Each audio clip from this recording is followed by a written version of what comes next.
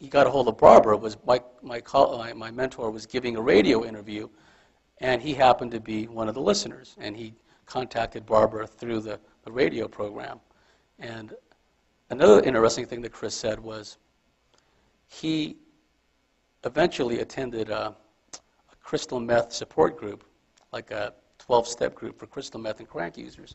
And privately, amongst themselves, probably not to the counselors because they always lie to them, but amongst themselves, just about every single other crystal meth and crack user described a similar outcome, where they were compelled to go to the child pornography sites, compelled to get involved in that kind of entertainment, if you will.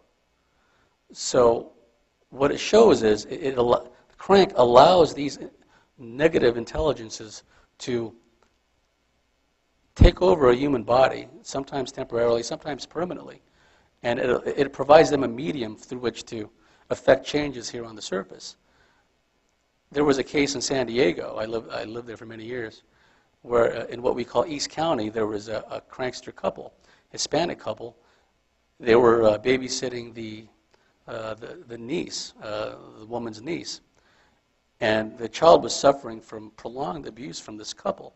Finally, it got to the point where they filled up a bathtub with scalding hot water, and then they dropped the baby into it. It was a toddler.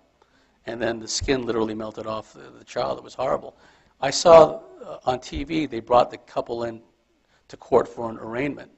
And you could just see, looking in their eyes, it's like, lights are on, but nobody's home. It's because they had become possessed and taken over.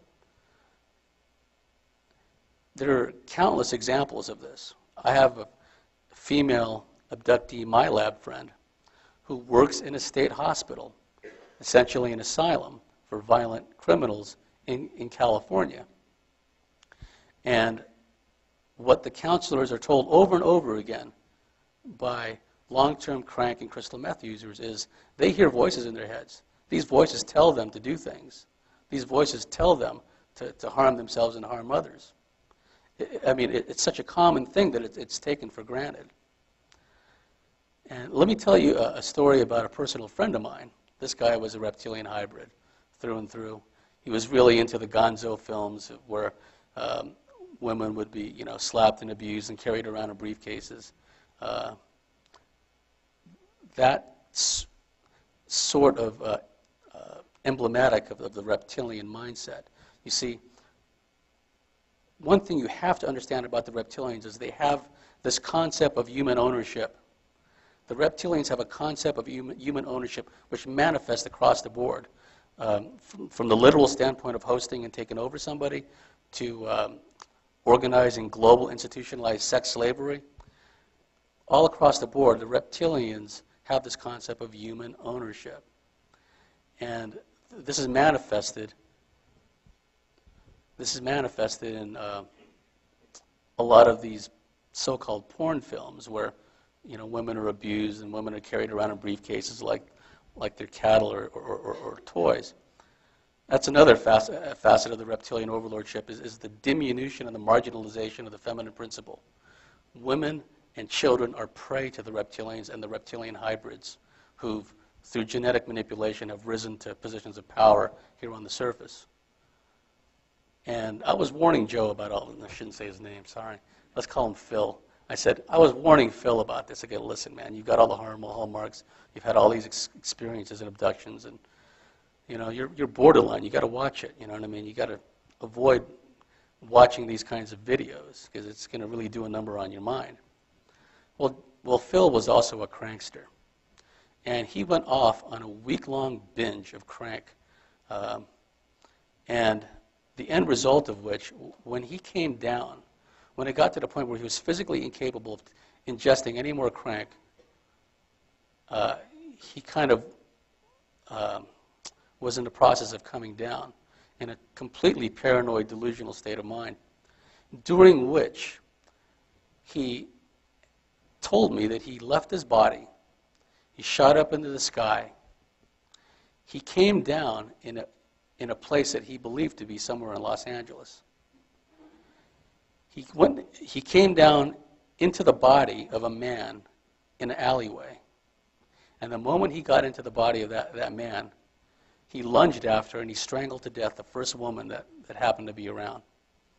So after prolonged crank use, he exits his body, comes down into a man, and he just immediately goes and assaults a woman and presumably kills her. And the way he was describing the experience, it was like he was like reliving the experience. Some of these guys that are reptilian hybrids that have this this aspect of dominance over females and sadomasochism and dominance and submission. When you hear them talk about women, red flags pop up. Like when I see a great-looking gal, wow, she's a great-looking gal, right? Look at her eyes. Now, someone who's like a reptilian hybrid, full-on reptilian hybrid, their reaction is entirely different. Hey, yeah, you see that chick? She was a great-looking gal, wasn't he? Oh, yeah, I saw her. What I would do to her. You see the difference? You see the mindset where another guy could look at a gal and have this, wow, aesthetic beauty. Look at her. God's creation. Someone else who's a hybrid with this reptilian concept of human ownership, what I do with her. You know, it's a different mindset, but you have to be aware that you gals especially, these reptilians and the humans they work through, they can be very charismatic, they can be very charming, but I really believe that a lot of times the reason some of you gals are seemingly addicted to negative, abusive guys is because of the reptilian hybrid male's ability to manipulate your kundalini. A reptilian human hybrid has the ability to astral travel at will. They can astrally rape people. Like some of you gals meet some guy here, and then like a week or a few days later, he starts coming into your dreams and having intercourse with you. That's very common. I call them astral rapetoids. And the ones who do this repetitively, I call serial rapetoids. It is an innate capability that reptilian human hybrids have. Not all of them, some of them. Because some of them are literally coached and taught how to do this by their reptilian familiars. They can see into these other dimensions. And I mean, you would see nobody around them, but they can see reptilians around them. And they will teach these hybrids to do these things. So a lot of times you gals, if you get like involved with a really negative, abusive guy, chances are he's probably one of these reptilian human hybrids. A reptilian human hybrid has the ability to stimulate a woman from across the table or across the room. He has the ability, and the woman will just think, wow, chemistry, things are really flowing between us. It's like that's an ability, a latent ability that person has. So just be aware of it. They're everywhere. I'm here to tell you. Some of the byproducts that female abductees have. How much time do I got left? Half an hour? Okay. I'll really give you the hardcore stuff now. I'm just getting warmed up. Some of the byproducts that women experience that have these reptilian experiences are like I said, a heightened libido for a short, certain period of time. But also, their olfactory senses can be manipulated by the reptilian. Many of these reptilians are very possessive of their human female abductees. They don't want anyone, not even a human boyfriend, a human male, having anything to do with this woman. Again, it's that reptilian concept of human ownership. I've known of boyfriends who've been attacked by reptilians. Guys in the shower, taking a shower, and next thing you know, a reptilian pops up, claws him, right? It's because the boyfriend is involved with what the reptilian believes is its mate. So one of the ways the reptilian gets around that is it manipulates the olfactory senses of the female abductee to the point where she's repulsed by male human pheromones. She just can't stand the smell of them, doesn't want to be around any humans at all, human males rather.